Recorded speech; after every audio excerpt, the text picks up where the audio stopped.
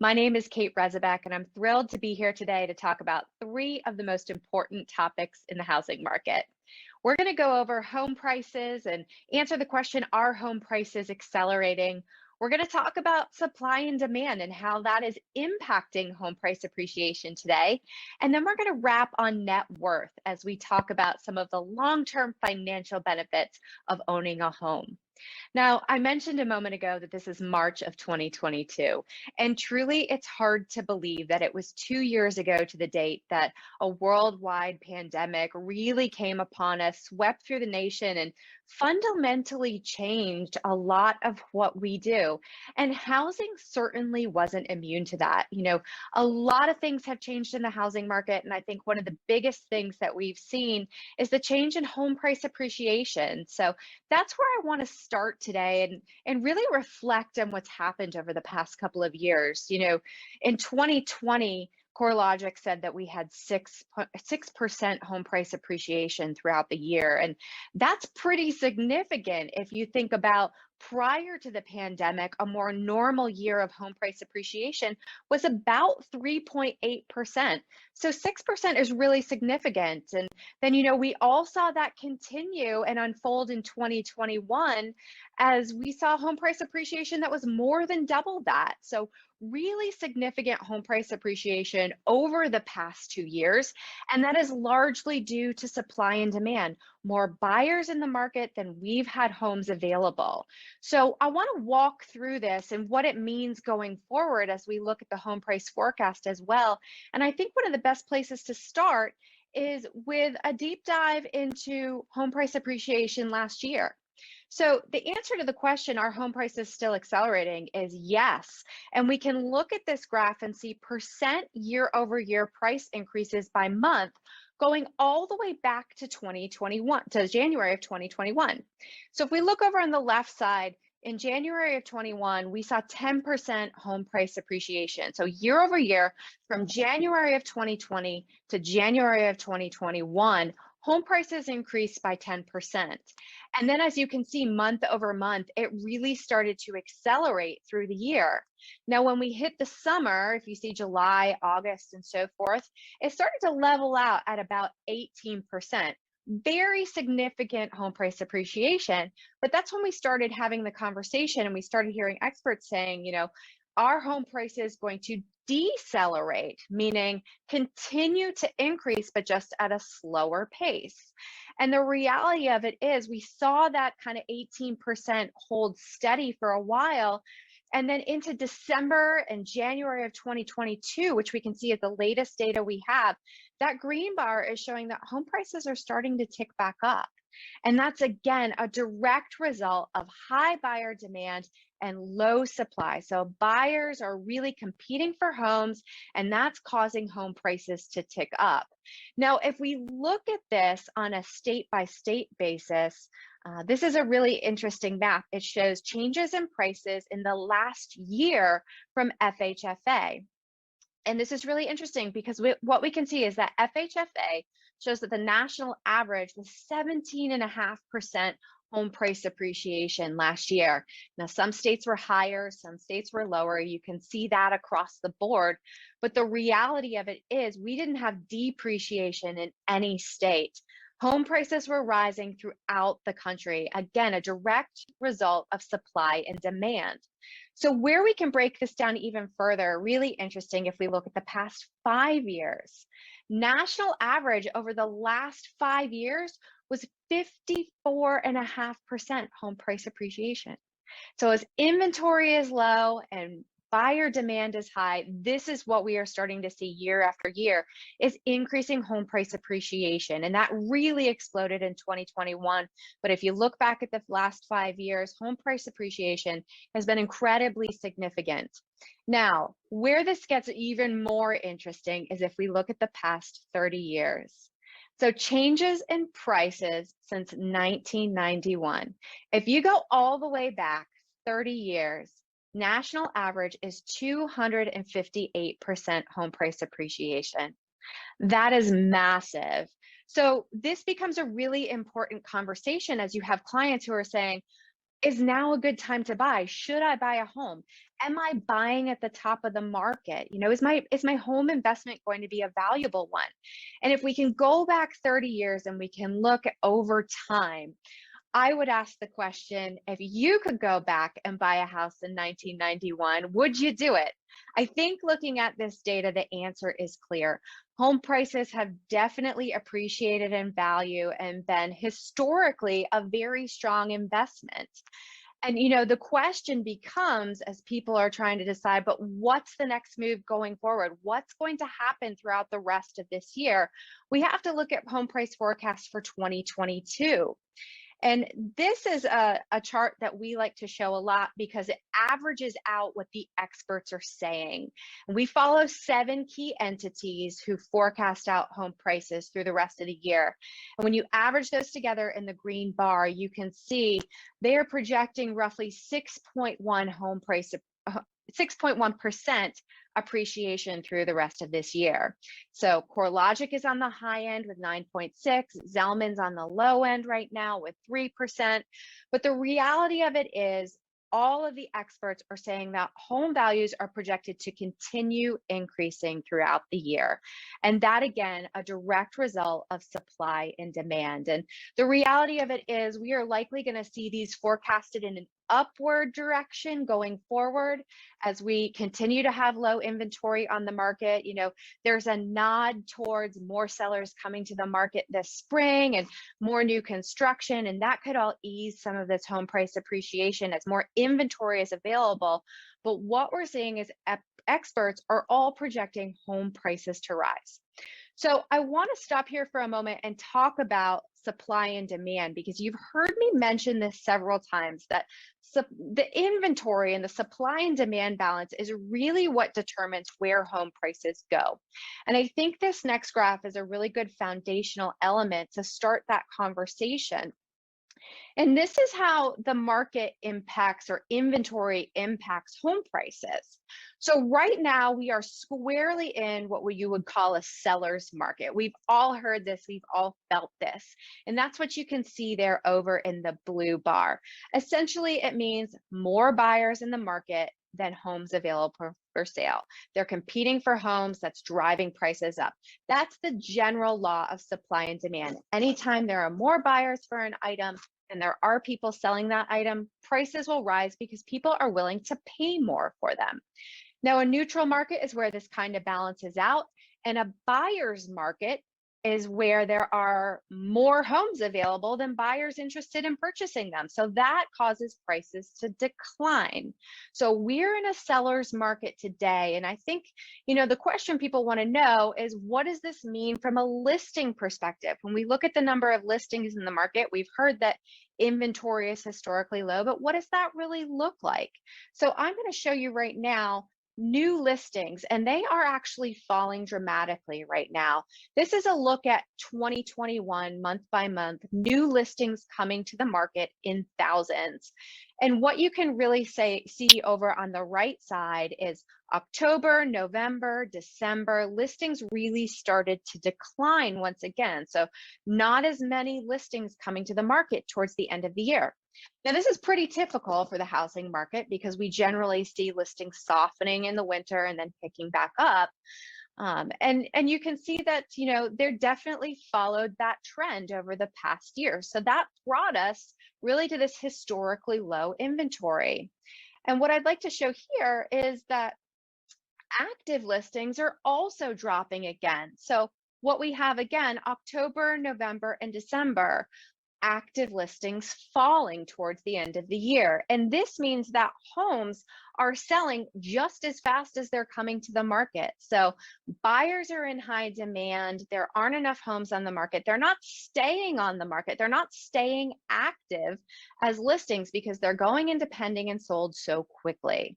So, the reality is, anytime we start to see inventory low like this and prices start to rise, when people hear that prices are rising so significantly, and inventory is certainly driving this in today's market, As prices are so high, as they're rising so significantly, they start to wonder about the housing market. And people remember what happened when the housing market crashed. They remember prices skyrocketing and, they worry about a housing bubble. And the data today shows this is a really interesting study from Realtor.com, and it shows that worries of a housing bubble still persist. Now, this is the percent of people who say they believe there's a housing bubble where they live. And so among consumers surveyed, 77% feel like there's a housing bubble in their market. That's 3 out of every 4 people feel like this is a bubble that's about to burst. Now, if you've been following along with us, that we have shown the data month after month after month that we're not headed for a housing bubble. But when we know that this concern is out there, when we know that there's uncertainty in the market, that people have fears, we want to help ease those fears. So I'm going to walk you through some slides in a moment that are going to help you have those conversations. And if you're sitting in the camp of agents over on the other side that says 44% of agents feel like there's a housing bubble as well, that's nearly half of agents. So if you are looking for the information to share on why we're not headed for a housing bubble or to ease your fears, I think the next few slides are really going to help.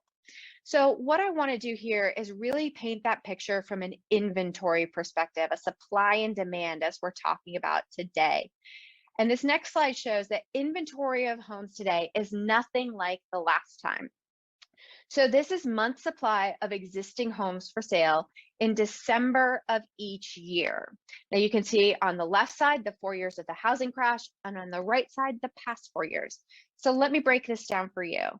The orange bars over on the left, 2000 through 2010, show that that was a buyer's market. We had an oversupply of homes. So you remember that graph that I just shared with you on seller neutral buyer's market. These bars show that we're in a buyer's market when the housing market crashed. 9.6 months of inventory in 2007, 9.4 in 2008, significantly higher than where we are today.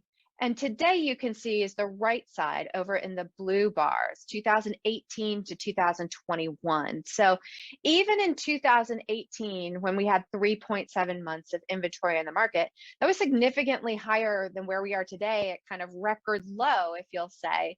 And that was low. 3.7 months of inventory was low going into the pandemic. And then look at 2020 and 2021, simply just not enough homes to go around. So when there aren't enough homes on the market, that's what drives prices up. But it is a significantly different environment than what we had in the housing crash. So when people remember the housing crash, we have to remind them that inventory is in a totally different place today. So yes, prices are rising based on supply and demand, but we are nowhere near where we were the last time.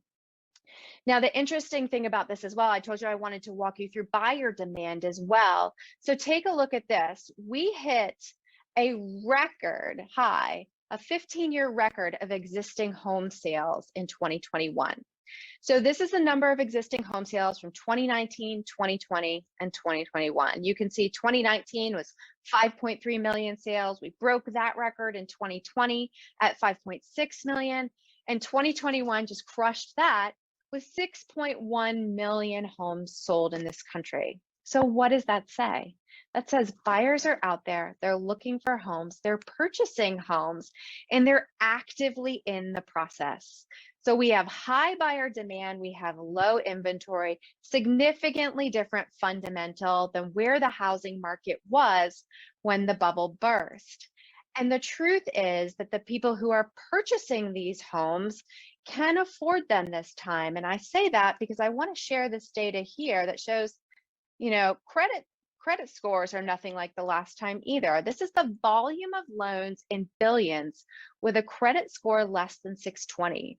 So take a look at those orange bars, 2003 to 2007, significantly more loans issued to buyers who had a credit score less than 620 than we are where we are now. So 2008 to 2021, you can see that those lending standards have gotten much tighter, meaning that buyers are essentially showing the credentials that they'll be able to afford their home, and that's what's leading to the loan opportunity. So, very different lending standards are creating a landscape that's nothing like the last time. Credit scores are definitely, tighter this time around. And if you're worried also about any other fundamentals of the market, let's think about equity for a second.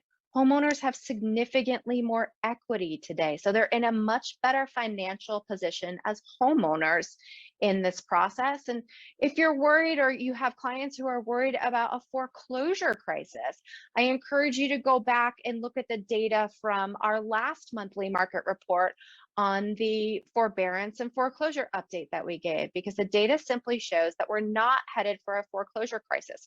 We won't see a wave of inventory coming to the market that is going to significantly tip the scales into a buyer's market. There just aren't enough homes going into foreclosure. And we're so grateful for that, because that means more and more people are staying in their homes. So the fundamentals of this market are really a lot different. And the reality is, we know that people still have concerns. We want to ease those fears. We want to make sure they understand what the data is saying when it comes to understanding the housing market and having that confidence today. Because as people see prices rising, they start to fear this is just like the last time, and it simply isn't. And I think this is a really important conversation to have with your clients who are potentially still renting right now and thinking about, I could buy a home. I'm thinking about it, but I'm watching prices rise. I'm not sure if I should buy right now. I'm concerned that there's a bubble. But, truth be told, we want to have that conversation around net worth, because net worth is really a game changer. And the data that I'm about to show you really paints a very strong picture for homeowners or potential homeowners when they're thinking about the long-term financial benefits of owning a home. There's the stability, the security, that emotional American dream of home ownership that's so important. But as this quote says, with inventory at an all-time low, buyers are still having a difficult time finding a home. So as they're feeling like, I'm not sure that I want to stay in this game because it's a tough road right now, and prices are rising and I'm having a hard time finding a home, one thing that we really want to share with those people who could be potentially buying right now is the net worth of a homeowner versus a renter. And this is data from last year, from 2021, latest from NAR. It shows that the average net worth of a homeowner today is $300,000. The average net worth of a renter is just $8,000. Think about that for a second. $300,000 versus $8,000. If we're talking about building that financial future and really thinking towards that long-term goal of home ownership, and we look at the data, the history that shows how much homes have appreciated over the last 5 to 30 years even, that differentiator of net worth is really something we want to remind people of, especially for those who are renting and they're thinking, I could buy right now, but I'm going to wait. I'm going to see if prices fall. I'm going to see if mortgage rates drop. We know we're not in an environment where that is projected to happen. So buying now and getting that net worth journey started towards home ownership is such a game changer for the future. And I think another way to look at this is a really powerful one as well. It says the net worth of a typical homeowner is about 40 times the net worth of a renter. 40 times. That is huge. So the numbers don't lie, and they can really help drive some powerful conversations when you have potential buyers who are trying to decide, is this the time for me to buy? Now, we know everyone purchases a home at a different time for a different reason. They're financially, emotionally ready at different moments, and that's okay. But being able to share this data so they can make the most powerful and confident decision is really what's important. So I want to end this section with a quote from the National Association of Realtors. It says, well, the booming housing market contributed significantly to the recovery of the U.S. economy. Research has consistently shown that home ownership is also associated with multiple economic and social benefits to individual homeowners. Homeownership has always been an important way to build wealth. And I think this data shows this loud and clear that, 40 times greater, that net worth, that is game changing. So when we look at the big picture and we say home prices are rising, they are still accelerating. They're projected to continue rising, and that is a direct reflection of supply and demand. We also know that people have concerns about a housing bubble, but when we look at the data, we look at the fundamentals of this market, we're simply not there.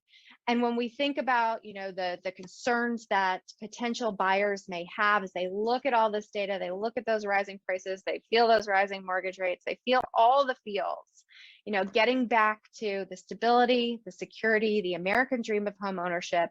And oh, by the way, don't forget the net worth component that really drives your financial future, 40 times greater for a homeowner versus a renter. So I hope these visuals, these quotes, these graphs, everything were helpful for you today. Put them on your phone, share them with your sphere. Make sure to get this message out there. Let's go help ease those fears of those who are worried about a housing bubble. The data just simply doesn't support it. And now you have the information and the visuals to have that powerful conversation with your clients. And one more quick message before we leave. Don't forget that our spring buyer and seller guides are now available. We have all new data, insights, visuals, graphs, everything you need to reinforce these messages and educate your clients about buying or selling a home in today's market. So I hope you've enjoyed. I hope you find this information helpful, and we look forward to seeing you back here.